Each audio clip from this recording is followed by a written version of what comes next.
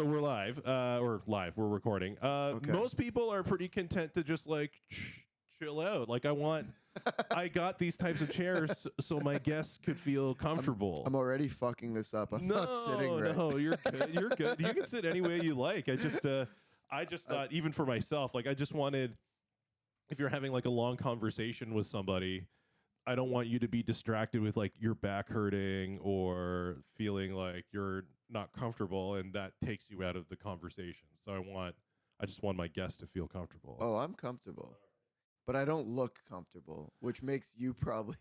No, that's fine. I mean, you just look like, like look at this shot. You're just like it looks like you're ready to lunge.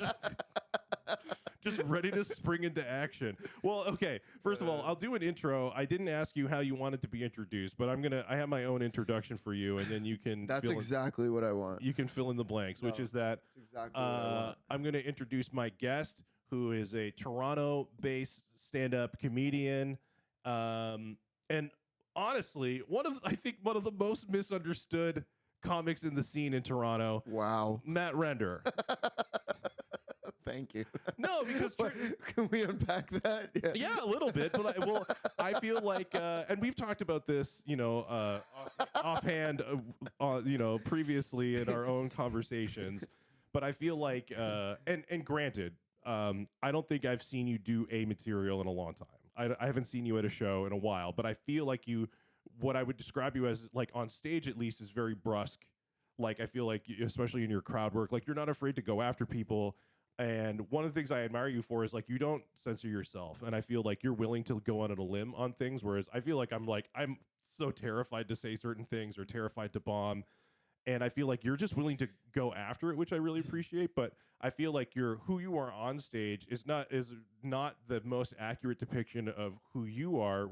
When you're not on stage, which is I think a really deeply intelligent, thoughtful person, and very kind.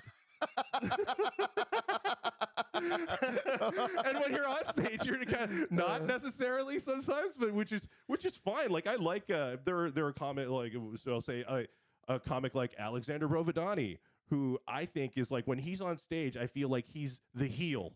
Mm-hmm. When he is in person, the sweetest guy, mm-hmm. right? And I feel like you almost fall into that genre in a sense, and but you feel free to correct me where you. Yeah. But anyway, Matt Render. That's my take on Matt Render. I don't know if there's anything else you do that you wanted me to talk about.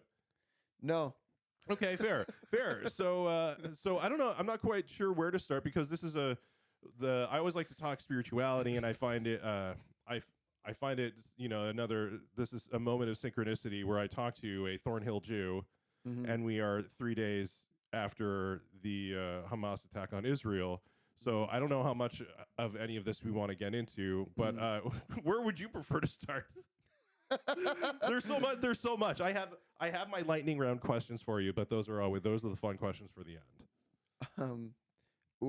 Where do I want to start between? Well, I mean, I feel like we got off to the start talking about you in comedy and who you are on stage versus in person. Did you want to talk about? We can talk about that. Well, yeah. On that note, I think there's elements of like, just when you're like in comedy, it's a weird thing how you can get pigeonholed mm-hmm. pretty quickly, and I've definitely been through a number of different periods or phases of like finding my own voice, mm-hmm. and now more than ever, I'd say I found it to be very rewarding and gratifying to just go on and really speak more like from my own heart, and like and relating to finding a way to relate to audiences more in that way, and that's been like a great part of my process, where now I don't feel this kind of antagonistic relationship with audiences, especially when I watch videos from before. I remember I did one of your shows, and my dad came for the first time. Oh yeah, that's right. When we were at a bistro. Yeah, that's right. The 118 Bistro. 118 Bistro, like just that weird little divey Thornhill bar, and I just remember it was like pretty empty. It was like 3 people, and I was just like making it my business to yell at those 3 people, like yell. Yeah, the 3 Russian dudes who stopped coming after that. Yeah, and like just yelling anything I did. It was like I was yelling every joke, and like my face. I basically, and I've been asked this lately, on a date, no less. Mhm. I was on a date the other day, and the girl asked me if I was on the spectrum. And that's how I found out that maybe I'm on the spectrum. Okay, fair. And I'm not saying that, like, I don't know what I am, or I I don't mean, really everybody's know. saying they're on the spectrum now. I don't know what to But believe. I don't know either. I'm just hearing it from ladies. Yes. Because then I asked other ladies who I know, and they were like, "You didn't know?" So I'm becoming. That's so funny. I'm becoming a lot more aware of like who I am on stage, especially because I don't want, mainly because I don't want, like, I want to be able to invite like close friends and family and potential love interests to shows and be able to not make them feel weird after. Yes. And so like I'm finding more and more that I'm able to like be who I am when I'm on stage, like be myself, but also not completely alienate people, if you know what I mean. Yeah, Like, always a good skill to have. yeah, like make it a good time for people, not make them scared to walk home after. And so I've been there, like Yes. 100%. Like I don't make any bones about it, but I definitely think that I'm being able to really like be more relaxed on stage and like more of myself and just kind of speak from the heart and express myself um, more and still maintain a level of being funny in the process. Well, and I think that's something that you always hear, especially like pros talk about, which is the fact of like there's only one you. Like that's the most unique thing that you can bring to the table is your most authentic self. But I think sometimes there are, and I'm not speaking about you, but in general, there are some comedians who forget that we're here to entertain. At the end of the day, like you want people to like walk away feeling like they got their money's worth. Yeah. Um, Yeah. They're paying tickets, and yeah, I don't like that too when people, because then there's like this element of like being fully yourself, like, oh, I don't feel like doing comedy today, so I'm gonna walk on stage and just be a complete drag because I'm in a bad mood, and then walk off stage and be like, yeah, I just wasn't feeling it tonight. It's like, no, dude, this is your fucking job. walk off the stage like I'm an artist. I'm an artist.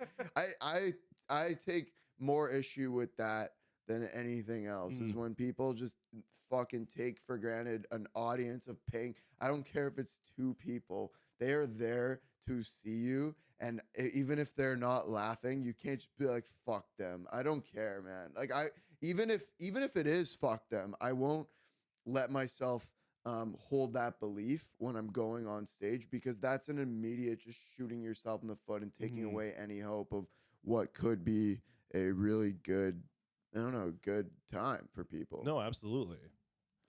Yeah, granted. No, that's good. I feel like, and I've said this before, like, do you feel like you turned a corner in your comedy? Like, was there a moment where you're like, oh, I should start approaching it this way? Like, or has it been gradual? There was a corner. I went through like a really dark period last year, and I broke what was about 8 years of like sobriety, and then I started not just drinking a little bit, but getting blackout drunk, and like I remember even once I showed up at a show, and the booker was like, "Hey, it's full, but I think I could sneak you on. We'll see." He told me about 5 minutes before my set, like, "Okay, you can go on." And at that time, I was trying to like stop drinking, and I hadn't drank that whole day. And he's like, "Oh, you can go on." And I reached into my bag, and I had like bottles of like stolen booze from LCBO, and I just fucking started chugging it. I went to the bathroom and just downed a Mickey of vodka as quickly as I could. I don't know if I got the whole Mickey down. Let's say it was like halfway or whatever, but I just started throwing him back, and then went on because I saw. And this isn't, I hope this isn't taken the wrong way if somebody's listening and they actually want to do comedy, because this isn't advice. Yeah. This is just what I started to see was that in my own process and where I was, and especially like, I don't know if I'm whatever this whole spectrum disorder thing, but the way I could relate to people and like have fun with people and just see the audience as my friends and a group of people who I'm there to hang out with and have a good time with and just shoot the shit with and then tell some jokes with. Because then all of a sudden I wouldn't even do jokes. I could, I felt like I could do crowd work and just riff off of anything and just have a good time and I was having fun and I liked the person who I was. And then Yes. that transferred into better comedy overall. And the same jokes that I was doing before that weren't working, I was doing now with a smile and a good attitude and a Yeah. good time. And then all of a sudden, wow, people are reciprocating. They're receptive to this. They're enjoying this a lot more because I'm fucking enjoying Yeah, it. absolutely. Like you're giving them the experience of having that funny friend. If it's for 5 minutes, 10 minutes, 15, whatever, you're giving them that experience of having a funny friend, not somebody who like yells at them. Because yeah, I noticed like on social media, you were like posting these videos. I was just like, Matt is an otherwise healthy guy. Why is he smoking? When did you start smoking? Like in your mid 20s? Like I was like baffled by some of the things I was seeing. So I'm glad that you're out of that. Well, better late than never. Yeah. To start smoking. Yeah. A killer for weight loss. I have a friend who's never smoked a cigarette in his life, and he's very straight laced kind of guy. And he's one guy. He keeps me in check. Like Okay. he's just so healthy and on top of his game, and he's killing it in every way, shape, or form you could possibly imagine. Like he's an absolute mutant of a human being. Yeah. But he's never smoked a cigarette in his life, and I'm constantly like, I don't know why I do this, but there's something in me that makes me go to him like, dude, you need to just go out, find yourself a really hot girl, fuck her 8 times in a night, and then smoke an entire pack of cigarettes just to see what it's like. It's the best. I feel like a guy like that will die. Like Yeah. I feel like my whole life is just trying to keep vices at bay. That's I feel like that's my thing. And you're like, come on in, guys. Well, no, I mean, because I stopped like after about 5 months of just blackout drinking every night. I was just said, okay, like enough's enough, and I just stopped. And I went. I do silent meditation retreats a couple times a year.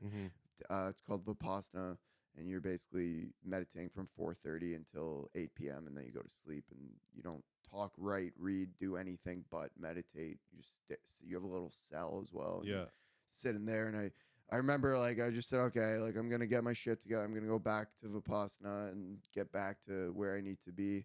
But now I'm getting to a different point where I'm saying like, I don't know where I am, and I don't know, but I've been talking with that buddy about it, like this idea of like a controlled demolition kind of thing, which I don't think is a good idea either, but it's an interesting one. Well, what do you mean by controlled demolition? Where you kind of plan to just you plan, and with intention you say, on this exact day I'm gonna indulge in some kind of vice or something. Okay. Like it was my brother's wedding about a month ago, and I'm like, I knew for like months, I'm like, I've wanted to smoke a cigarette so badly, and on that night I didn't eat fish for like 5 years. I'm like, I'm gonna eat a fucking plate of salmon. I'm gonna smoke a cigarette. Everybody's gonna be plastered, wasted, drunk, but that's gonna be my thing. I'm gonna do that for me because fucking it's one indulgence that I'm going to allow myself on that night. It's a special occasion, and I'll get to indulge in this one thing. And then obviously it was the most anticlimactic thing ever. Yeah. But yeah. No, that makes sense, because that also kind of like corresponds to like anybody who's been on a weight loss journey where you're like you have the cheat meal. Oh, right? yeah. And but in a sense though, you kind of need it. You need to feel like you let off that steam, or that you had that indulgence, because if you don't, then you feel constantly withheld from, and then you're just going to binge even harder later. Yes. And I think the other thing about that is I've always noticed, especially with weight loss, is like I'll lose more weight after I had the cheat meal. Because, oh wow. Yeah, where you don't feel good. No, well, no, it's more just like it's almost like as if your body's like, oh, we are getting this stuff. I can let go. Yes. I can let go of this fat because I will get more. I will have right, because there is that time if you're withholding so much. Like I in 2018 I lost like 40 pounds. That's amazing. And you look great, man. Yeah, thanks. I'm working on it. Right. Yeah. I feel like since I got into comedy, I kind of used that to just overindulge in a lot of things. I had really great habits, and then I started doing comedy, and then it's out late, drinking, smoking weed, like eating shitty food, and that was my way of life for a long time. And staying out super late, and it started to just catch up with me, and I had to ask the same types of questions, which is, what are my goals? what do I want to achieve? Do I want to be like, do I want to be a guy who has fun all the time, or is my goal to be a professional stand-up comic? And I'm Oh, like, yeah. oh, like, and in order to do that, it means becoming the best version of yourself, so you can work harder, produce more, and get to that goal. And I think Yeah. wallowing in those vices doesn't feels good in the moment, but it doesn't necessarily help you move forward. Yeah, and I mean the dieting thing is just a big one that I've also faced and struggled with for a long time, and like trying to be in like a calorie deficit every day for my like for Yeah. years, and just like getting to like the lowest possible body fat I could, and then to more recently kind of seeing like these restrictive diets and that mentality is absolutely toxic. Even if you do want those things, even if those are your goals, it still impedes upon you. Like that kind of mentality, like I can't eat this, I can't eat that, or whatever it is, like it will lead you to an early grave and tons of other Oh yeah. physiological issues. Some of like the like I get there's this I don't know the spelling, but it's like an Instagrammer like fitness guy called Apfo or something like that, and Uh-huh. he releases like workout plans and things like that, and he will put up video or pictures of himself at various fat percentages because he'll do actual competitions, and he's like, Yeah. when I'm in competition mode talking like under 10% body fat, Yeah. he's like, that is just for that period of It's time. just It's that. almost Yeah. unattainable. It's almost unattainable full time. Yeah. And if you are doing that full time, you're doing your body, a shit ton of damage. I've been there and done that Yes. for like way too long, and Yeah. it's bad. But like yeah, it's just I don't know, and so but yeah, part of that is just not being able to allow yourself not being able to allow yourself any kind of I don't know, like satisfaction. Yes. Okay, so I feel like this is a good way to segue into, is it the stuff that you went through in that dark time and coming out of that, what led you to the last discussion that we had that kind of made me want to have you on the podcast, which was a person of Jewish heritage seriously considering Jesus and looking into Jesus. And Yeah, as soon as I yeah, heard that, like, yeah. because I grew up in Thornhill, I've talked about this on the podcast before, which is a very predominantly Jewish neighborhood. I feel very close to Jewish people. They've been some of my closest friends, my whole life. But I also know that that is quite a taboo. Jesus is a taboo in the Jewish community. Yeah. And so whenever I hear somebody who's challenging that and looking into for themselves, I'm instantly fascinated. So Yeah. maybe before we talk about that, do you want to just talk about your upbringing and being raised in a Jewish household, and obviously being in a Jewish household in Canada, realizing that you're not part of the majority religious view. So it's I don't know if you want to talk more about that. Well, sure. There's a lot there to say. And I will say, like, I'm proud. I'm proud to be Jewish, and one thing I do take issue with as well, like with in terms of Jews in the modern day, is Jewish people who don't own their heritage and Mm. who say, "Oh, I'm Jewish by name," or some bullshit like that. You've probably met people like that, or Yeah. Race only, yeah, race right? Something only, like that. that like Yeah. that secularization. Um, as much as like it's good for people to question things. I agree with that. It's not good in terms of just your own personal identity, what it means. I think it does mean something to be Jewish, and it's a beautiful thing. For And sure. I I'm mean, and happy and, that and I'm to be Jewish. Jewish feels like it's a very unique identity Yeah, in the world, because it's not just it's a religion, it's a culture, it's a race, and it's a nationality. And I don't know, maybe there are other and intersections in there, right? But it's many things all at once. yeah, yeah, yeah. So I do want to say that, but in terms of like upbringing and growing up, I had a pretty traditional conservative Jewish upbringing, which Okay. means like it was a big part of our lives. We weren't religious by any means, but we had Jewish holidays all throughout the Hmm. year, and we were somewhat observant of Sabbath. Like Judaism, I think is really defined the biggest like definition of a Jewish life is your relationship to the Sabbath. Okay. Um, from my experience, the other holidays they come and go, but there's only like 5 or 6 holidays realistically, serious ones anyway, Mhm. serious observant ones, and then everything else kind of comes down to your It, Shabbat. Okay, because I find it's funny because I've heard this from other Jewish people that like Hanukkah has been like elevated to Yeah. this place Yeah, of that's true. significance, even Yeah. though it's technically a very minor Jewish holiday, but it's got to compete with Christmas. Right. Yeah, absolutely. Absolutely. And yeah, and even then it does not compete with Christmas at all. You cannot compare Hanukkah. People have this misnomer that, oh, you get 8 days of presents. Like your parents show up with like what is equivalent to a Kinder Surprise. Yes. Little gift. Like they show up with the most bullshit little thing. They're like, hey, it's third day. Yes. Like they're not coming first day GameCube, second day Xbox. It's not like honestly, that. as like a poor white kid in Thornhill, that's how I felt. Like, Yeah. Well, like, and I was And always, we'll lead you to believe that. We're like, yo, dude, it's only halfway. it's always been like a mix because I was always like, I've always said I think Jews do better Christmas way better than we Christians. do Christmas better. Oh yeah, nah, dude. Chinese food and a movie on Christmas It's good. Day. It's good. That is all. I hate turkey. I gotta eat food-wise. this terrible Yeah. food and like I Yeah. would open the presents, Chinese food and a movie. That sounds like the greatest day to me. Yeah. I would do that every Christmas if Well- my wife would allow me. One thing I don't get about a day like Christmas or even a day like Thanksgiving, because I never celebrate it, is like I don't know how people even make it to dinner.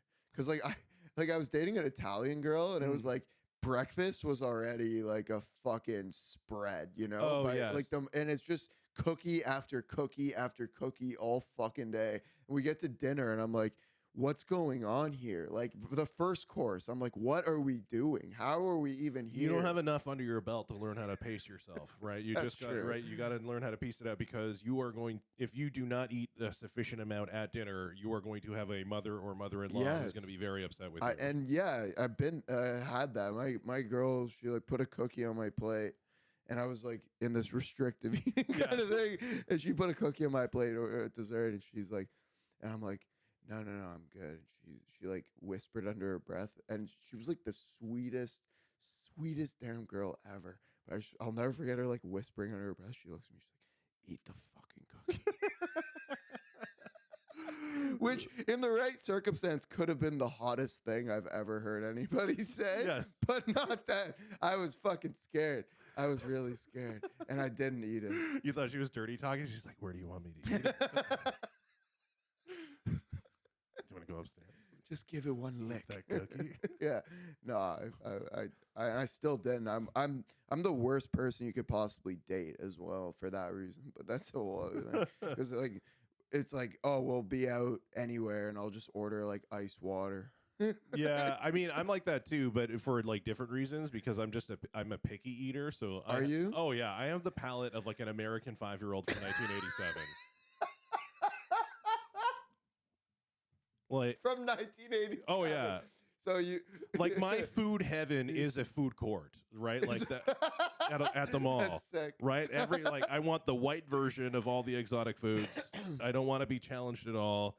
I don't know The why. white version of exotic foods. Yeah, like That's you know a good, that's a good thread. Like so like butter chicken, pad Yes. thai, fucking General Chow chicken. Oh yeah, General So is my homeboy. I watched the documentary about him. About General. There is a documentary about the origin of General So. What? It's Oh, fantastic. sorry, I said chow. Excuse It is so. me. It is so. Excuse- I learned This it is- from the documentary. This is, by the way, folks. This is the passive way to correct somebody. I say chow, and then the next sentence out of Jay's mouth includes 3 corrections of chow without him saying that it's that's right. You'll learn. Yeah, like you say the fuck. I'm trying to think of a hard to pronounce word, but whatever. Impeccable. I don't know. No, that was actually perfect. That's right. Yeah. I've gone to restaurants and said what would like looked at it baffled and be like, what would you serve a child at this restaurant? And be like, Yeah. I'll take that. Where's the grilled cheese? They're like, you can't order off the kids menu. I'm like, what if I have 2? what if I have to? What if I have to just Yeah. combine 2 kids chicken tender meals together and I'll have that? So yeah, chicken tenders. Oh yeah. Yeah. I don't say picky eater anymore. I say chicken tender connoisseur. Yeah. Yeah, they're not all equal. No. No. No, absolutely. My mom's like that. She's always going for shit like that.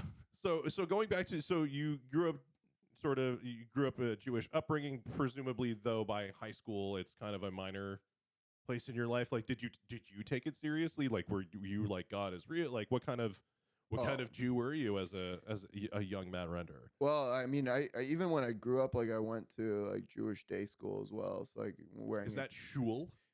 What is shul? what is shul? I mean, it sounds so close to school, so I don't. Yeah, Jewish day shul. Is it? No. Shul is just church, man. Oh, okay. Yeah. You didn't Going to know the that? Gog. I Yeah, thought it was go to Jewish. the I thought it was Gog. like I thought it was like Jewish Sunday school. I thought it was like, Shul is just Jewish for synagogue. It's Oh, Jewish for okay. synagogue. Okay. Yeah, going to shul. But yeah, yeah, I grew up like very much entrenched in Judaism hmm in a big way and learning Hebrew and stuff. And then I was getting bullied at my school, and my mom sent me to public school, and then that kind of was like one break in the chain, and then going So you were going to Jewish private school or at something? first, Okay. yeah, and then and then going to like public school, and then just further down going to like public high school, and then Friday nights instead of going to service or like Shabbat dinner or whatever, going out with friends and Mhm. things like that. 'Cause Friday night is a big fucking that's a big L You know- when you were trying to have a social life. Oh yeah, brutal. You know how many songs are called that like talk about Friday night? It is the night. Yeah, no, I wouldn't. We're not allowed to listen to them. Yeah, that's right. Wow. Okay, so you were kept from secular music as well. Like No. Okay. No, my parents weren't. I didn't have a sheltered upbringing. Okay. All those things being said, it was pretty much like it's a house full of three boys, so all bets were off. And Okay. like my brothers were like swearing and violent from a young age, so we were like we weren't like a good little fucking whatever Jewish Yeah. little home you might imagine, but Okay. like we tried to maintain the cultural heritage of Judaism more so than anything. Like, and that's one thing that I think, just to like kind of skip ahead a little bit, but like one thing about Judaism that I've always had a bit of a gripe with is that like we learn the importance of like being a good person, of Mhm. course, but at a spiritual level, I feel that we're often bereft of an understanding of what is our spiritual connection in Judaism, especially because it's in another language. So Mm. we're sitting there, you're sitting there in church service, and you understand everything unless they're speaking in fucking Latin. Yeah, and there's very few churches that do that, but yes. No, Yeah. exactly. And so they're speaking in Hebrew for all the prayers, so we don't actually know what we're praying. Mhm. And then so like prayer, the element of prayer is kind of lost in Judaism. Like we're usually just standing there looking at our feet or like talking to the person next to us, which I imagine happens in church anyway. Sure, but it seems as though there's a degree of it that felt like a chore because you don't have a personal engagement with it. Like how you Yeah. describe that sounds a lot like Catholicism. People who go, because there's a difference between Catholics and Protestants, and Yeah. Protestants always view Catholics as people who do it culturally, but it's not necessarily something they engage in spiritually. At the surface, Judaism and Catholicism are almost the same goddamn thing. Okay. In terms of how we view like salvation and how we view, sin and like our general. I think like our general upbringing is Mhm. very similar. Just like, a lot of like fear. There's a lot. It seems like a big kind of fear component of like if you don't do this right or if you don't do that right, and like everything about God and spirituality is kind of spoken in the negative. Yeah. Because like Jews, like we're good in this way. Like we, in terms of what we're taught from a young age, like we follow the fucking rules. Yeah. We know the rules. We know the laws. We know what we have to do, and we fucking follow. We follow. We're good at that. Yes, absolutely. I mean, and that's almost the dichotomy and the part of it, and not just with Judaism, but I think a lot of Christians will view a lot of religions as being very heavy.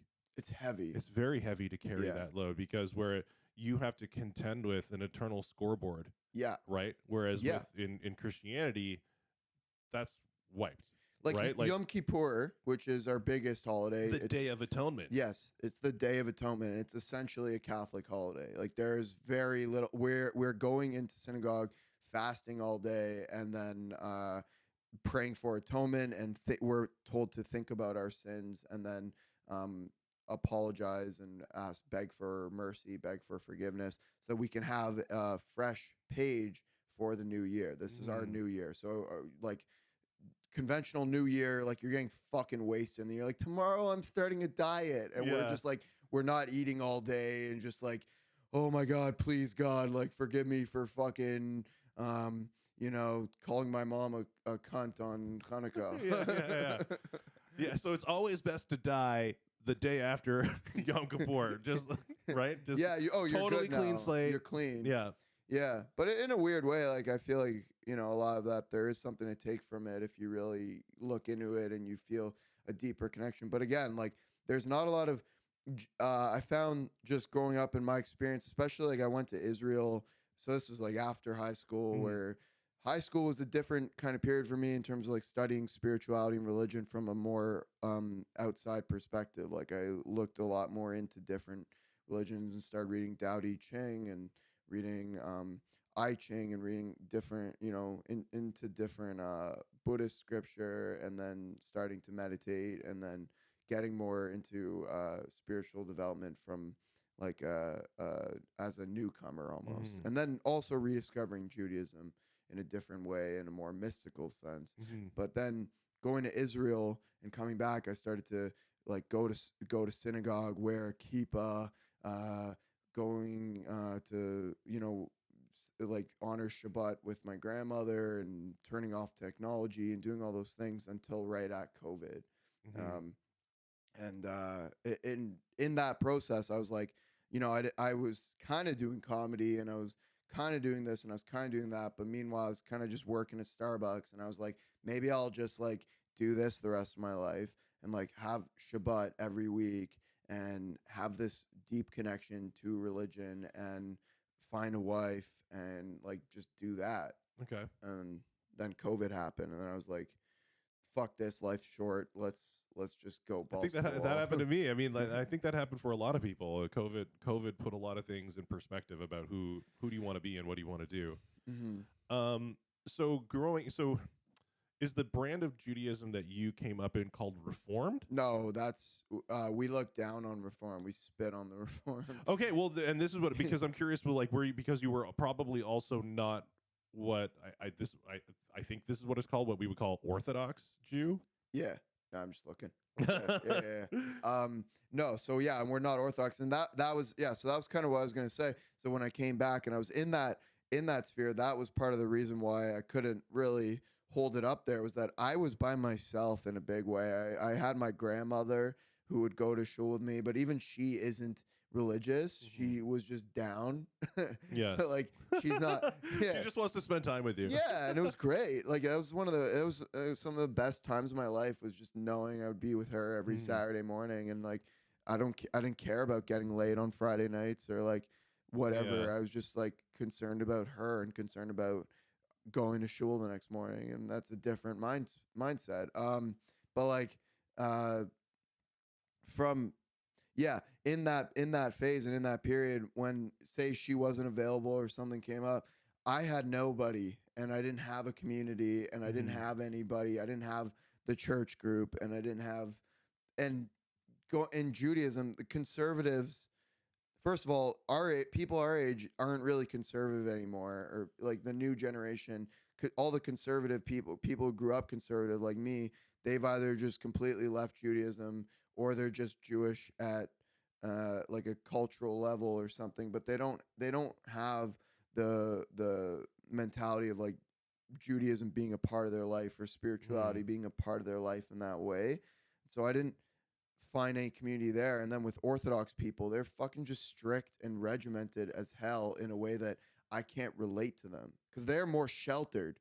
Oh, And yeah. well, that was going to be one of my questions, is when you were in Israel, how do Orthodox Jews view North American Jews? Well, one thing about Israel is like I know it's not all Orthodox Jews. yeah, there. like it's few and far between. Like Israel is a pretty secular country from my experiences there and people I spoke to. It's not that Judaism isn't important, but Judaism is a lot more of a national identity Yes. there, and it is a cultural thing, and people you know, people give a shit about Judaism, but it's not like everybody's religious necessarily. Mhm. So they're actually a lot more relaxed from my experience. Oh, that's interesting. Yeah, Unless you're in like a, you know, like you're in the heart of Jerusalem Mhm. or you're in Savat, like where the religious people really congregate. Okay. So yeah, so they're kind of separate unto themselves too. What are they called? What's the, I know I watched a documentary Hasidic? called Hasidic. That's right. That's yeah. a different thing. Oh, okay. Yeah, there's like, you know, there's too many different categories. Yeah. But generally speaking, you have Reform, Conservative, and I'm saying it in order almost. Okay. So like Reform, Conservative, and then Orthodox, and then Hasidic. Yes. Okay. Yeah. Because I remember so when I went to Bible college, you know, on Bayview, how there's like the Buddhist temple, the mosque, and the synagogue, like all in a row together. I never realized that. Yeah, and so when I went to Bible college, we visited all three in a day, and we like spoke That's to cool. the person who runs them. And when we went to the synagogue, which is a Reform synagogue, like the first thing that we were surprised about was that it was a female rabbi, Yeah. right? And so like our Bible college professor was like, "Look, it just said Rabbi Michaels." I just assumed, right? And she was saying things like, "We think that the Messiah will come in the form of world peace, and not in the terms of like a person." Yeah. And then I met a guy who came from Jews for Jesus, so a Jewish person who had converted to Christianity, and he's like, "Yeah, that's the Reform people. Like they're the only ones who believe that, you know, the Messiah will come in the form of world peace. Like that they have the Reform people have just kind of do their own thing." They really take a lot of liberties. Yes. Yeah. Yeah, well, but on the same hand, I knew a guy that I went to high school with who, when his parents found out that he was dating a non-Jewish girl, they threatened to disown him. Yeah. Yeah.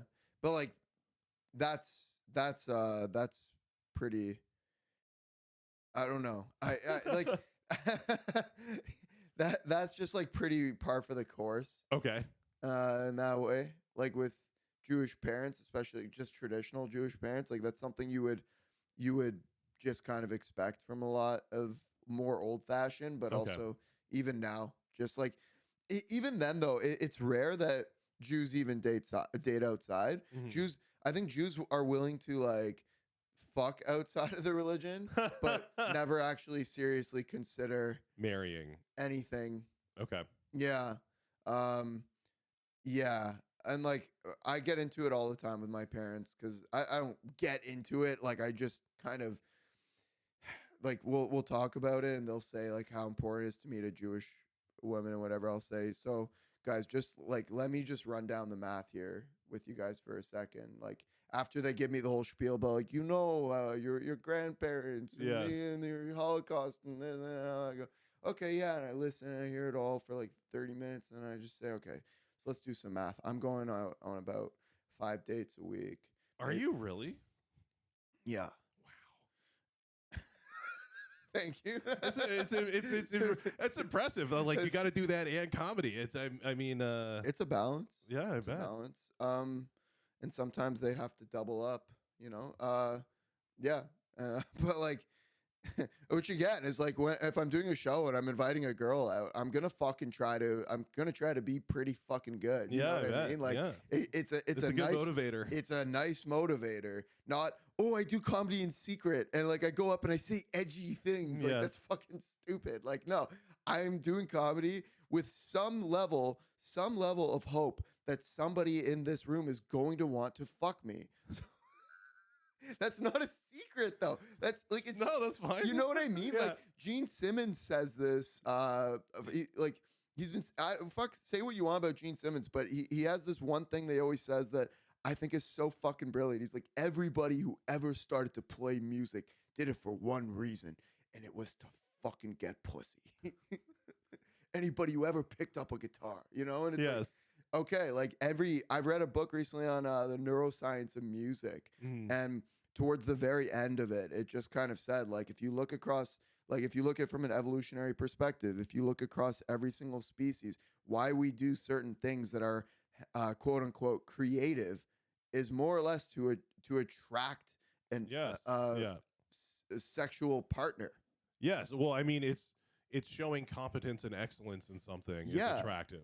Yet it serves no evolutionary purpose otherwise. Yes. Yes. Absolutely. Other than reproduction. Other than Yeah. reproduction, like Uh-huh. because we're standing out, we're doing something that with our brains, we're Yes. showing our brains, but like not in a useful way. It's completely useless. Comedy is not useful. Making everyone laugh doesn't feed the tribe. No, it feeds their souls. Like what? No.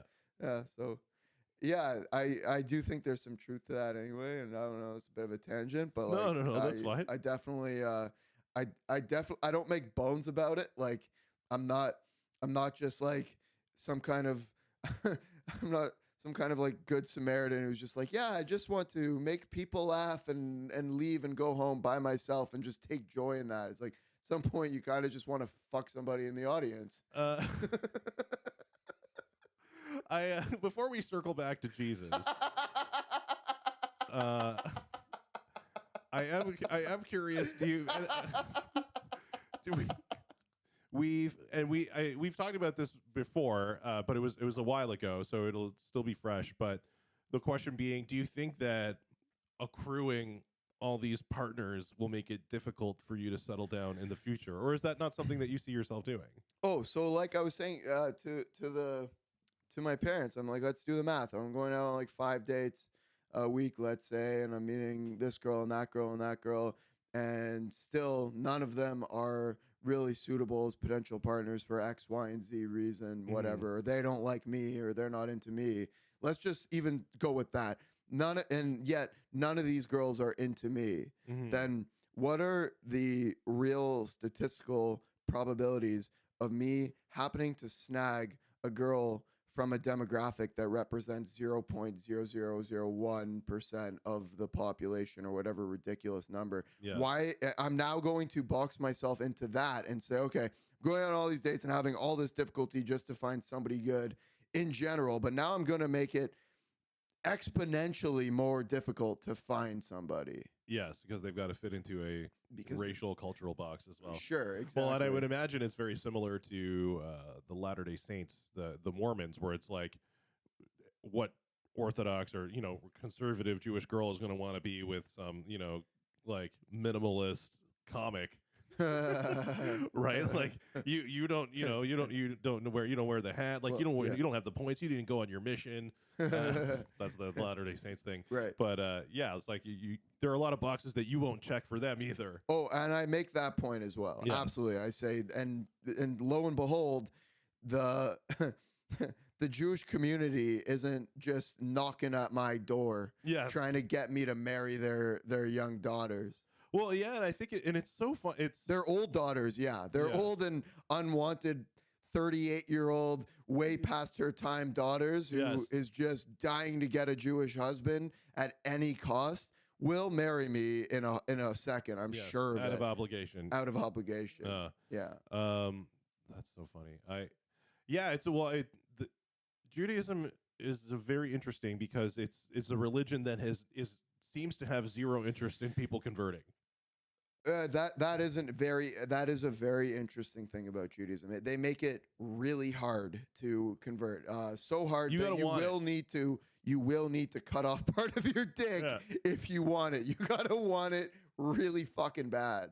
Which is interesting. I found the women who I've known who've converted over the years become more religious than their partners. That doesn't surprise me. It's pretty cool. The girl who I had the biggest crush on when I was in high school, not Jewish, but ended up marrying a Jewish guy. Yeah. And yeah, I hear that. I've heard that all the time. They go through the process and take it way more seriously. It might be in general too, like people who convert like you. It kind of makes it kind of gives a little bit of credence to religion being a cult. Like you go, if you have to go through all of these steps to join it, then you become super invested. Well, it's almost like when people become a citizen of a country, right? Where you learn things intensely about that country that the people who are born in that country like either forgot or never bothered to learn to begin with because you don't have to. Wow. Yeah. No, the stuff that they learn to become permanent residents in Canada, immigrants. We'd all fail. We would all fail 100%. They really make it difficult. Yeah. Yeah. They may as well make you cut off part of your dick. They make it really. How bad do you want 8 months of winter? Damn it. That's so funny. They should make that an option. Like lose a pinky and you don't have to take the test. Yeah, they're pretty useless anyway. Yeah, that's right. Unless you're, for guitar, I guess. I use that one, Yeah. not this one. Well, Kinda. Sometimes. Yeah. I'm not a big finger picker. That's my. I want to bread learn and butter. though, but Yeah. I don't have the time. You're a for that. shredder. I'm not even that. I'm a chugger. Chugger. Yeah, I just want like groovy brutality. That's Oh, what I want. Yeah. That's a good turn of phrase. Groovy brutality. Yeah. Like all the I've kind of like when we're serious tangenting now, but yeah, bit. like my interest in heavy music is always about groove. Yeah. Never about like the shredding stuff is always Yeah. like the parts like Metallica's biggest most popular album was the Black Album, which was Yeah. ironically enough the most groovy Least like it's the least shreddy of Mhm. all their albums up to that point. I consider that the golden age, right? The Kill 'Em All to the Black Album period and everything else. Same. Yeah. Before after Black Album, it's downhill. Well, I think if they were any other band, I think Saint Anger should have ended their career. Like Saint Anger is such a horrendously terrible album on every level, like on a production level. The lyrics are brutal. The legendary terrible snare drum. There's just so many things about that album that are awful that I think it would have tanked any other band. Like luckily they had so much in the bank that they could survive it. But I think it's sort of I hate Saint Anger. It's an artistic statement. I think it was a statement of a band who didn't know what they were doing. Because it's one of the first times you see Metallica on their heels, right? The reason that they didn't do on their back foot, so to speak, was it's the only Metallica album with no solos, which is them trying to keep up with the new metal phase, right? Because new metal, that was the big change from groove metal and thrash before that, was that there were no solos, right? That's what Korn started. Mm-hmm. And then Metallica is now following that bandwagon rather than being leaders. And so I think it said a lot about where they were, which is totally lost. Yeah, as with most of new metal, anyway. Well, I mean, new metal had some great things come out of it. I think, right? It had great things that preceded it. Like there were great things that led to new metal as well. Yeah, well, I mean, we wouldn't have 7-string or 8-string guitars if it wasn't for Korn. Oh wow, 100%. You don't know this. Yeah, like the 7-string had already been discontinued when Korn started to use them for their self-titled record in 1994. Oh, right. Like I like that album actually. Yeah, their first Korn album is great. I think their second one is great too. Okay. I mean, Deftones are birthed out of that. I don't necessarily think that they're quite new metal the way that the other bands are, but yeah, I think that they definitely rode that wave the same way that everybody else did.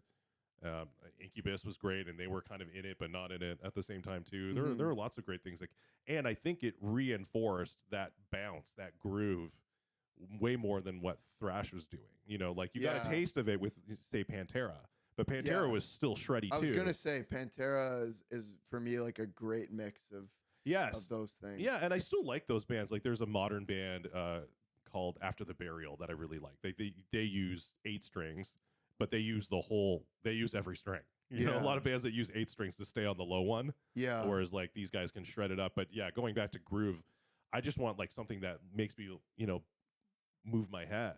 Yeah. Right. And so like chugging and stuff like that. I think you're gonna like this band. Shout out to them. I've just discovered them and I saw them at Lee's Palace sell out a couple weeks ago. It was unreal. They're called Chat Pile. Chat Pile? Chat Pile. Chat Pile. Yeah. Okay, I got it. I'll check it They're out. right up your alley. Yeah? I'm sure of it. Oh boy, yeah, it's all of those things in a very perfect assembly. I feel like it's hard for me. I want to make like a dedicated video talking about this, but my favorite band right now is Knock Loose. Knock Loose. They are, because right now, in terms of heavy music, it was new metal, and then new metal started to taper off, And then we had what was called like the new wave of American heavy metal, which kind of encompassed metalcore, like if you've heard of Killswitch Engage, Lamb of God, kind of bands of As They Lay Dying, like lots of bands like that kind of came, and that really revitalized metal and brought it back to kind of its more for the worse. Well, no, I mean brought it back to its more traditionalness. Like solos started to come back, but they were still tuning lower, and you started to lose that whole like Hesher jacket vest thing, and you could kind of be into metal and not have to be a metalhead, so to speak. And then from metalcore came deathcore and gent, which is bands inspired by Meshuggah. I'm seeing Meshuggah in December. Oh, nice! Excited. I saw them a little while. Wow. I think I saw them like 10 years ago. Wow. And so, yeah, and I was wondering what would kind of proceed from that, because it seemed like metal was getting very kind of stagnant to me, and I feel like the next wave right now is actually in hardcore. Hardcore music is where heavy music is finding its new fresh breath is coming out of it, right? So Knock Loose is part of that. Okay. Code Orange is part of that, if you've ever heard of them. Turnstile is part of that. Dying Wish, See You Say Cowboy. Like, there's lots of hardcore bands that are kind of bringing that metalcore like idea back, but now they're not doing solos. Like, for them, it's all about the song, it's all about the show, it's all about the experience, instead of using it to show off riffs and solos. Yeah. And to me, Knock Loose is top of the heap. They are the heaviest. They have the best quality, like memorable songs. Like, I heard their second record. That's when I was really introduced to them, and they became my favorite heavy band instantly. Okay. Yeah. What's the second record called? It's called Different Shade of Blue. Okay. But that was just I happened to. Okay, this record just came out. I've been hearing a lot about them. I'll check them out. But like the record before that is great. Yeah. And the stuff they've done since is incredible. Okay.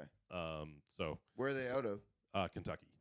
Interesting. Yeah, you get some heavy music out of there. I don't know. They're like, they just do it the way that, like, I've described it as no band or artist can deliver 100% of what would satisfy you as a listener, but they get close, right? In parts, right? Like, oh, I love that verse, or I love that chorus, or I love that part in a song. And it's how close do they get to that idea in your head of what a perfect song is, or a perfect whatever. So you don't have a perfect song?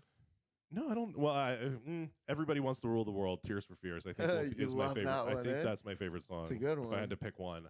It's a good one. Oh, but I kind of like I like their other one. Head Over Heels. Yeah, that's a good song too. I like that one better. Yeah. I mean, there's lots of great songs out there. Like the song I have on repeat is that song "Maybe It's Time" that was on the A Star Is Born soundtrack, sung by Bradley Cooper. Have you heard it? You lost me. Oh, that's okay. It's a great song. I've definitely heard just a guy at an acoustic. Yeah, right. I can't. I've seen that movie. I don't. I feel like it's the one he sang in the drag bar. Okay. There's just a level of sap that I can't deal with, and a man with an acoustic guitar just strumming open chords and then putting on too much vocal fry just loses me. You know. All right. Yeah. Well, I mean, definitely production and performance can stand in the way of you enjoying a song. I get that. Okay. So going back to Jesus finally. Yeah. Because when we were talking before, you were talking about kind of reinvestigating spirituality in general, but you had said, like, I think I'm gonna like convert to Christianity or something. Like, it's probably an embellishment, but but I don't want to. I don't want to that point. I don't want your parents to disown you. I don't want my parents to die. You know, that's too far. You know, and it's just also like there's a lot of misunderstanding. Like, if you're Jewish and you're listening to this and you're appalled by that kind of statement, then you're an idiot. Because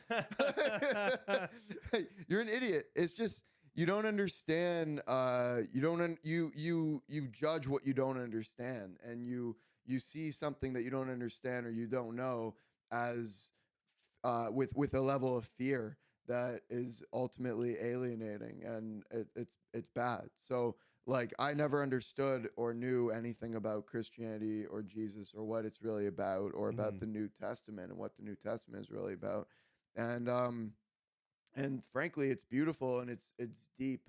It's about as deep as you can go if you actually read the right sources. And like any other religion, there's plenty of bad sources out there, and there's plenty of bad ways to learn about it. But I've been fortunate enough to have been guided in, I would say, what's the right way in terms of understanding Christianity and Jesus in the right way, mainly through reading Aldous Huxley, who I started Wow. reading at a Okay. young age.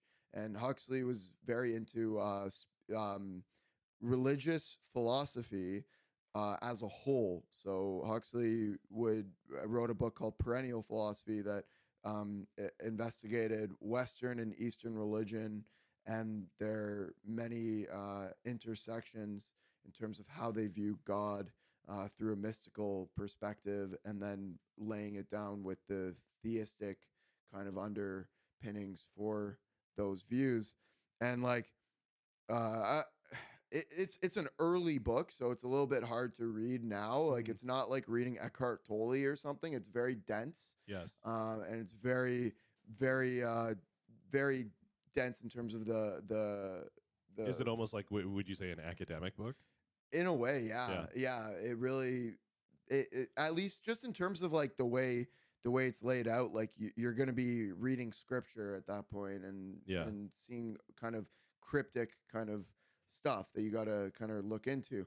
But it brings a lot of the Buddhist and Sufi elements that I was always into, and the Chinese philosophy elements that I was always into, but then brings it to more of a Christian context and a Western religious context that I was not into. And so I started to see how, personally, my favorite would be St. John of the Cross.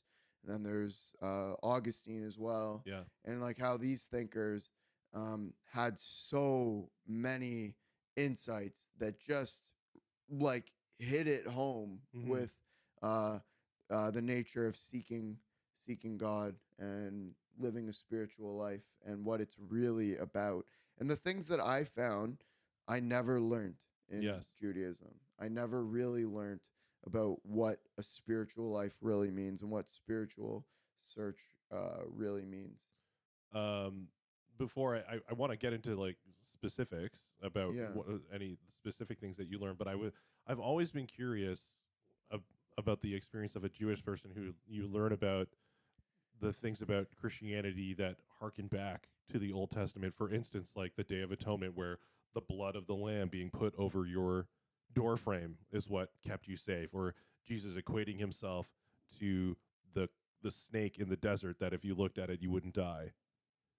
Right? Like, or what is the Jewish holiday where you bury the matzah in the yard? Passover. Passover, Yeah.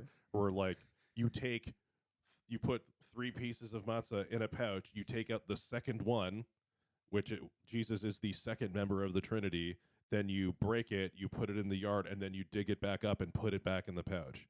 Like, I couldn't think of a I've more never done that ever. I don't like. I'm so unfamiliar. really with this. that's like Yeah. an actual. I learned that from a Jews for Jesus guy, Oh yeah. where that's an Nah, actual thing. he was making it up. That's an actual thing that Jewish people do. He's trying to. He's a Jew incognito trying to convert you to Judaism. That's what. Well, he's he was already talking to believing Christians when he came to like speak, but I was just like, how did Jews not see this? right. Right? It's like I've never heard of that in my life. Even what you said about burying mutts on the yard. but you've heard of it. Never. No? No. Is that from the same guy? Yeah. Yeah, he sounds nuts. Well, I mean, I feel I thought you'd be able to fact check me. I'm not familiar with any of those things Okay. at all, especially like the Jesus being a snake or whatever. Well, I no, don't know anything so about that. when it's Moses in the desert, Yeah. and I can't remember what the story is, but basically that he's got a snake. If you keep your eyes on the snake, you won't die. And it was, because Jewish people were doing something bad and God was punishing them again. Oh, you know us Jews. But Jesus Always up always to no equates good. himself to these symbols of the Old Testament of like, I'm the one that will save you, just like X from the Old Testament. I am that. And Okay. and I always wonder how how Jewish people don't see it. Like, these are things that like Jesus couldn't have like orchestrated himself, Right. right? Just the overall story of it. Of what? Of Jesus. We don't know it. Yeah. We Yeah. don't know the story of Jesus. Yes.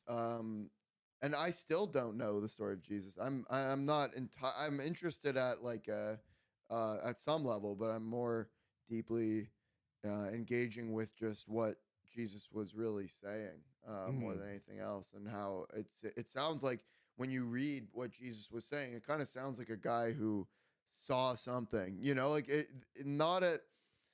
I don't know how else to say this that somebody could understand without reading it for themselves, but it's like it's levels of wisdom that are it's being channeled, or it's coming from a person who has gone really deep. Whether or not it's a messiah, I don't really know, and I don't really care. I'm not concerned, Yeah. because there's wisdom to be gleaned from it. And so to just to look over and wash over it with such disregard is like doing yourself a disservice, because also the way it's written is very beautiful, which is another thing. Well, that I mean, love. there's a way that I say it, which it's the thing that always keeps me, because I'm on my own kind of journey at the moment. But the thing that very much keeps me tethered to Jesus is this notion of like, name the people in history who were the most famous person to ever live who also claimed to be God, and there's one person on both lists. Kanye. Right? That's true. Will Kanye die for our sins? We'll find out. And John Lennon. I don't know if Jesus got a blowjob when he was in Italy on a gondola, But he damn well would have. I don't know, man. Okay, so that's all right. So your Jesus, but it is interesting how I feel like Jesus is always spoken well of by every other religion. Right. Yeah. Well. Yeah. You always hate your own kind, right? It's like Jesus was a Jew who went astray, and so Jews aren't really into that. Yes. They're not into you converting into Judaism, but they damn well aren't into you converting out of it. Well, either. I mean, and that's a big thing in almost every religion, and especially cults, is there are punishments for leaving. Yeah. Right. Like even I think it's like Egypt, which is supposedly a moderate Muslim country. I think it's like 95% of the population Moderate. believes that the punishment for apostasy, which is leaving your faith, is death. Wow. Wow. Don't quote me on that, but I'm pretty sure that's like a stat I heard. That's yeah, and I don't know what the punishment is in Judaism or whatever, but like I guess it's being crucified. I'm kidding. I'm not. I don't That's know. fine. They go after you first. I'm good. They don't want my goy ass.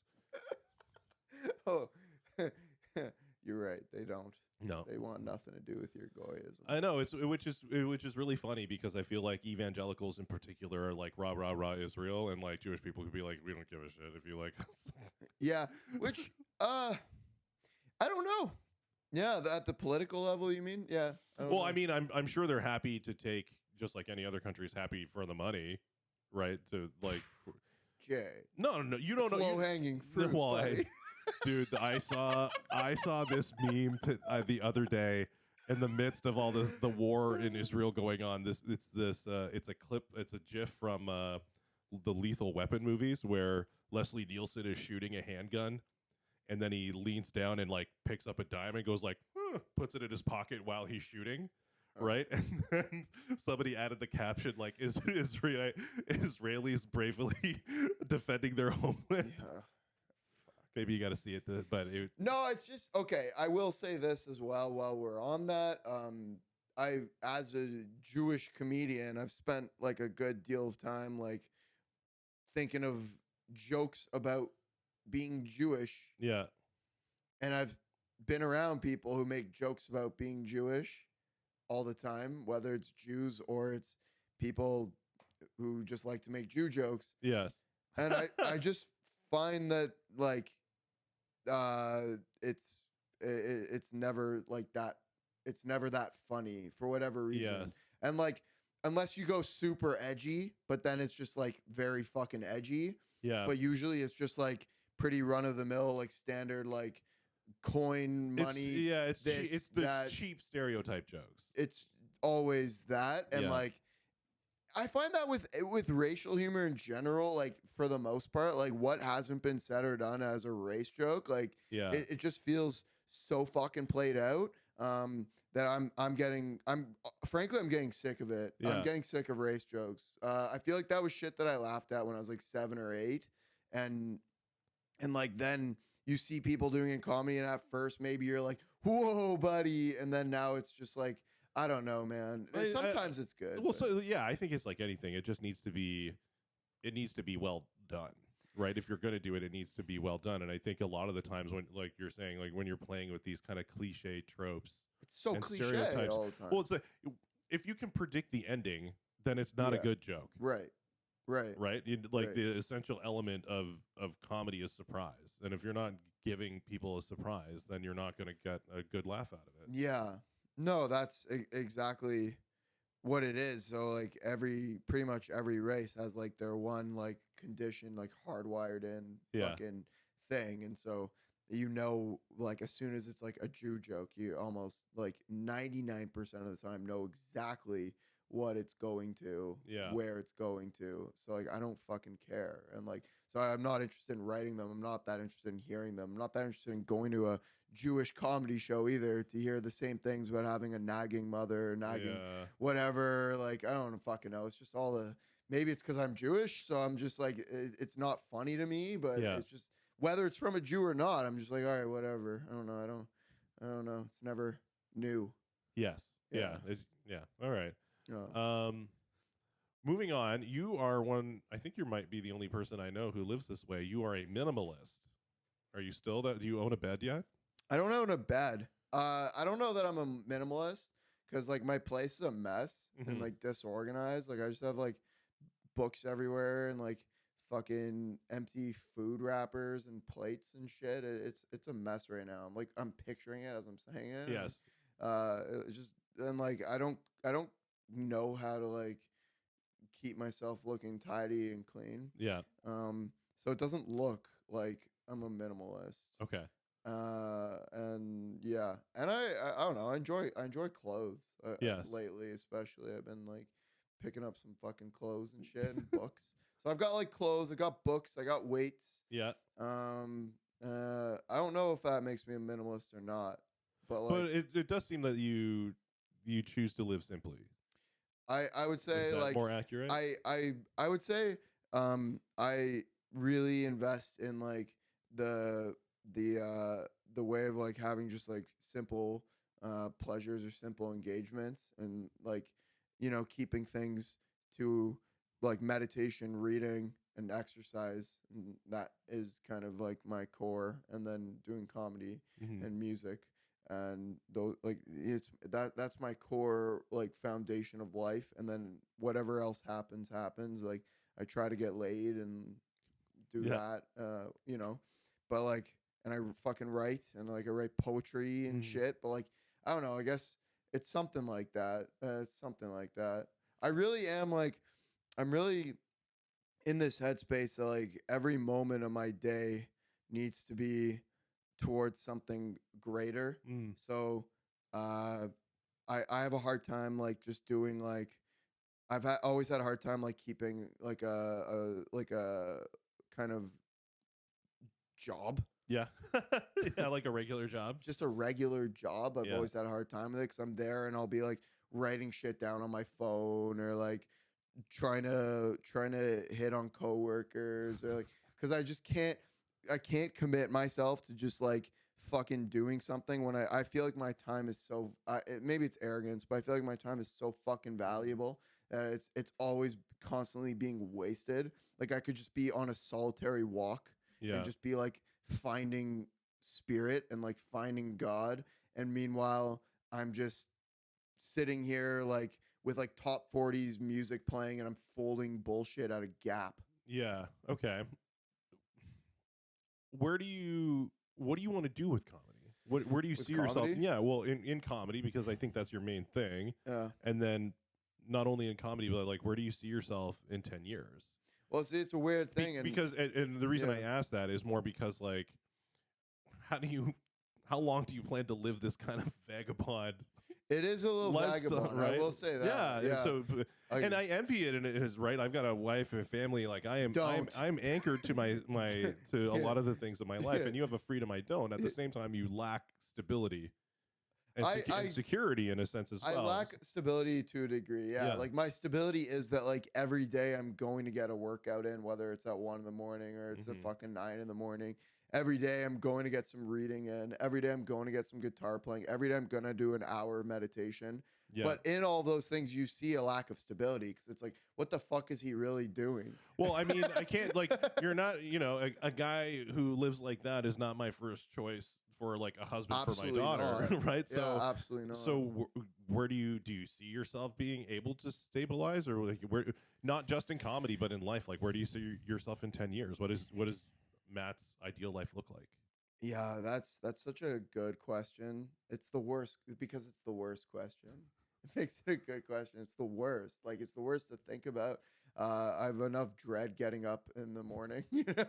I feel like I'm asking you the questions Yeah. that your parents probably asked. Oh fuck yeah, man! Not just them, dude. Fucking anybody who I know. Yeah. Because I mean, yeah, you kind of spelt it out there really well, Jay. It seems like you see me at the level that I'm at. There's You like a see it. degree of concern in the question. Yeah. And you know what's funny though? I get like sometimes I'll reach out to like some fellow comedians when I'm in a hard place and I'll just say, I'm in a hard place, man. And they'll be like, what? No, you're not. You're free. You're fucking look at you, man. You're having sex and doing comedy. You're killing it. Yes. And I'm like, what are you talking about? Well, I mean, and this is the thing that I say to a lot of people is that a lot of the things that are going to take somebody like yourself or other, especially guy comics, out of comedy, right? Right. Getting married, getting a job, buying a house, having a baby, all these things, those are all the things that are going to take you out of Yeah. comedy. I have already achieved those things. Yeah. Right. Like I have the basis to build on Oh, you to do. put in. Right. Absolutely. Right. And so I'm always right. And I talked to Sam Norton not long ago, and Yeah. he was saying like through time, he said the difference between a pro comic and somebody who does it full time is just their degree to keep with it and be consistent and go at it. And he's like, over time, you'll just see people peel off. People will peel off the Yeah. journey, and so I'm curious how much thought and planning somebody like yourself puts into it. Into comedy. No, well, into comedy, but also, well, how do you, if you see comedy as the thing that is going to sustain your life, well, then what's your plan? Right. And I don't ask that as a dick. I just, I'm No, I know. curious. I don't see comedy as the thing that's going to sustain my life because if I did, then that would ruin all the interest I have in comedy. I don't look at it as a sustainable thing in and of itself. It doesn't mean that I invest any less in it because I'm obviously stupid. So I still invest in it Yeah. despite how unsustainable it is, and I continue going because I love it and I love how it allows me a level of self-development and like I said, like relating to people in a better way and like curing my autism a little bit, probably more so contributing to it, but perhaps We'll see. but like ultimately it's giving me an outlet and it's allowing me some level of connection to something, whether it's people or myself, and like digging deeper into myself to say, hey, what's funny, like I have, everybody has their own difficulties and I have mine, and when I'm going through some shit, the comedian in me is always the first thing that will like kind of take me out of it and say like let's do something funny about this. And it's the same way with other people and with friends and stuff. Like I used to have such heavy relationships before I did comedy. I didn't really have a sense of humor. Okay. And I always thought that everything had to be like this existential fucking deep heavy ass shit all the time. And I'm still like that. I'm a serious fucking person. Okay. But it can kind of make me a drag to be around, So doing comedy and finding that element of myself and finding the humor in myself and whatever absurdity that is my life, it's allowed me to be a better friend to people. It's honestly, man, it's like cured relationships in my family just by having a level of lightheartedness when everybody's at each other's throats and whatever. So like, I love comedy for what it's given me, and so I feel like getting better at it is my way to give back Okay. and just continue to turn this wheel and honestly like provide something for myself and for others. Like so ultimately though, to your question, I just love doing comedy in clubs, and I love when you're in a club and you're there with the audience and it's intimate and you feel like everybody in the room is together and Yeah. there's that silence before the punchline right when you're getting to it. You can't miss a beat. It's right there and you just fucking land it and the Yes. room just pops and every laugh is heard and every face is seen and everybody is there with each other. Yeah. That's a magical fucking experience. There's nothing like it. Nothing. So Yeah. I don't really care about anything outside of that. And I try to really keep that in my head, is that if I keep that as a crystallized vision of what I'm really, it's always going to be different and things are always going to be changing and whatever. But that at its core as an experience or as a measure of like what is just a fucking great show and doing amazing shows. And then money will come from that. Sure. But like, I don't really see too much past that in terms of like where I want to be. Because you look at like the most pro comedians, though even like the 30, 40-year veterans are still doing like maybe theaters, but like even clubs like that around New York or around the States and stuff. And like I see that as a fucking win. Yes. That's a big win. I don't see selling Scotiabank 2 nights in a row as a big win. Okay. Personally, it's a win if that's what you fucking wanted, but I don't see that as my win, if that Gotcha. makes sense. Yeah. No, that's fair. I think. Yeah. I mean, no, I don't think that my goals are necessarily like that. But it's the goal isn't necessarily fame, but to just be able to keep doing this. Keep doing it. That's right? beautiful. Yeah. That's well said, man. Are you ready for the lightning round questions? I had to mention one thing about Jesus. Yes. All right, because I read this today and it was really interesting. So, it gets misquoted a lot, so I found it very interesting as well. And it's such an important teaching. But there's that quote, you might get it better than me, where he says, "I come to you not with love, but with a sword." Something like that. Am I misquoting it? Something like I will divide like sons from fathers. Yes. Fathers. Yeah. Yes. Yeah. And so to paraphrase it, but basically like I'm drawing a line in the sand. Yeah. And so people misquote and misuse that one phrase all the time.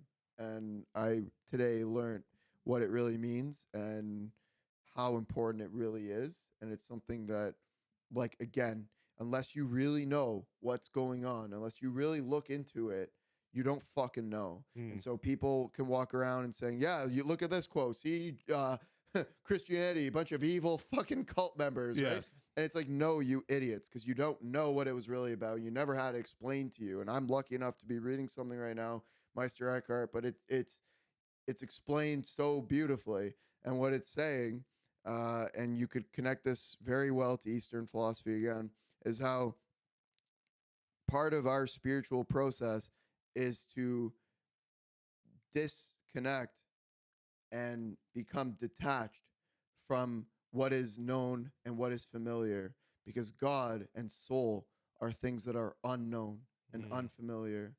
And it's not about increasing our knowledge, the spiritual path, as much as it is decreasing our knowledge and forgetting what we know and forgetting all the things, whether even our greatest, deepest yearnings and affections and desires must be forgotten and must be left, because nothing that we know right now and nothing that we can conceive of right now can be God. God is greater than anything we can possibly even imagine. And so being able to lose that and let go of that is the ultimate step. So therefore, when Jesus says he's coming to divide, he's coming with a sword, it's to cut away at our attachments at the deepest level. Yes. You cannot get deeper than that. Yeah. To lose all attachments to ourselves and to others and to everything external, to this world. Yes. To lose all attachment. It doesn't mean to fucking go live in a cave. That's not the point. But the point is to lose your inner attachments to everything. That is the only way you can ever ascend to a higher level. I mean, yeah, that's that's incredibly deep. Like, it reminds me, first of all, as I get older, how I lean more on how much I don't know, like this knowledge of like I don't have certainty. Whereas when I was a young, evangelical Christian, like I thought I knew it all. I had the rules memorized. I knew how to dismantle this argument and that argument, and like I thought that I knew it all. And then it's like you realize that I feel, and this is kind of my contention with the Bible right now, is that it's trying to articulate in a worldly way a description of living that is not this world. Amazing. Right? Exactly. And, exactly. It's pointing to something so much bigger and so much deeper. Yes. And where that's kind of where my beef with Christianity is that Christians and the church take it in this surface level, literal, worldly application way now. Whereas, like, I don't think that that's what it means. And I think that like, when you think about the God, if God is real, that like the God who, how big and how powerful it would have need to have been to create this universe that we live in, that is so big, it's horrifying and like frightening how big and scary this universe we live in is. And the thing that created it must be even more powerful than that. And it's like, and this notion of that sounds like H.P. Lovecraft. Well, I mean, I just feel like there's nothing in this world that will truly satisfy, right? Like there's not like right when you know that Jim Carrey quote where he said like I've attained everything that any human could dream of possessing. I got to the top of the mountain and I was still unhappy.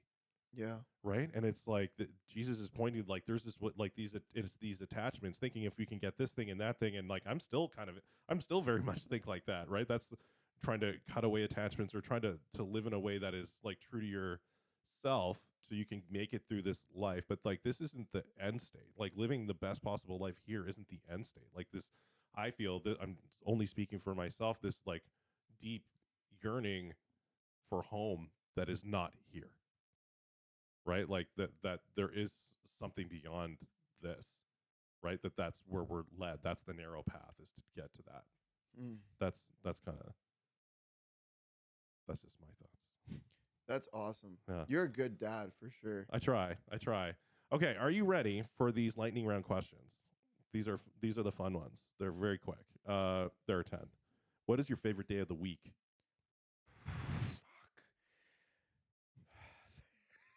Thursday. Oh, well, not Friday night? No. A language you'd like to learn if you could? Kanji. Okay. Did you go to camp? Did you go to like Jewish camps? Yep. Yeah? Yep. Would you, or do you go to movies or restaurants alone? I don't go to movies or restaurants. Okay, perfect. Do you have a middle name? Corey. That's a great name. I love that name. I knew a girl named Corey in high school. She was great. Why is that so hot? We'll talk about that. Did you have a favorite childhood movie? Yeah, childhood, like kid, Three Ninjas. Oh, that was a great movie. Yeah, that was sick. Back when they didn't care if things were violent. That was the best. Oh yeah, great movie. Who's the bad guy in your life story? Oh fuck, dude. I don't want to say it, but it was my brother. Okay. Yeah. What habit holds you back? What habit? Oh my God, staying up until 5 a.m. That's a problem. Who inspires you? Oh, Jesus. Cool. And last question. Say a word in Spanish. Bonita. Oh, nice. All right. Well, that's the podcast. Thanks for coming, Matt. Thank you for having me, Jay. This was a deep conversation. It was. I thought it was good. These are the conversations I'm having, man. It's been great. Yeah. I hope you get something out of this that isn't, too dry for your audience. No, you know what though? I'm a dry guy. I'm a serious guy. No, that's okay. I mean, like, these are the types of podcasts that I would want to listen to. It's people talking about real shit. Yeah. I'm gonna listen to that band. What were they called? Knocked Loose. And I'm gonna listen to Chat Pile. I think you'll like them. All right. Yeah. Give it a try. Yeah. Colin Sedaris introduced me to a band called Pile. I went to their show. adjacent to Chat Pile. I hated Pile. You didn't like Pile? No, I did not. I listened to them on Spotify and I was like, oh, this is kind of good. And then I saw them live and I just couldn't. They have a great drummer, incredible drummer, but I couldn't get into it. Fair enough. Yeah. I haven't I haven't heard them, but I knew I was at the Chat Pile shows. All these younger kids, and they're all like, "Oh my god, were you guys at Pile last week? Oh, Yeah. did you see them live? Yeah, I or- was there. Yeah, I went. Where is it at? Lee's or where was it? Horseshoe. Oh yeah, Yeah. and it just wasn't it. Just not my thing. I just couldn't get into it because like they do like weird chord progressions and like rhythmic patterns and like there's this Well, again. I like that kind of stuff. Yeah, I kind of just synced with the drummer. I was like, if I can follow this guy, I can like make it through this. And like like everybody was good at what they did. I don't know. I couldn't get into it. Just not Right. my thing. Okay. Yeah. Yeah. All Okay. right. Well, I'll listen to them anyway, and I'll see if we could talk about that Yeah. after. Yeah. too. So we'll I would love to reconvene. hate them. I would love to hate them. You know, when you see all these like teeny bopper kids being like, "Oh, Pile," Yeah. I really want to hate them, but I'm afraid I might like them, so I didn't listen to them yet. Okay. I might be into it. I'm Uh-huh. starting to cave into some of the Zoomer song choices, some of the Zoomer rock styles now. I mean, I felt that there's a song called Location by Playboy Cardi. I really like that song. It's got an Alan Holdsworth sample. I guess this. Okay, this is what we're you're gonna cut end the out. podcast. Thanks for coming, buddy. Yeah.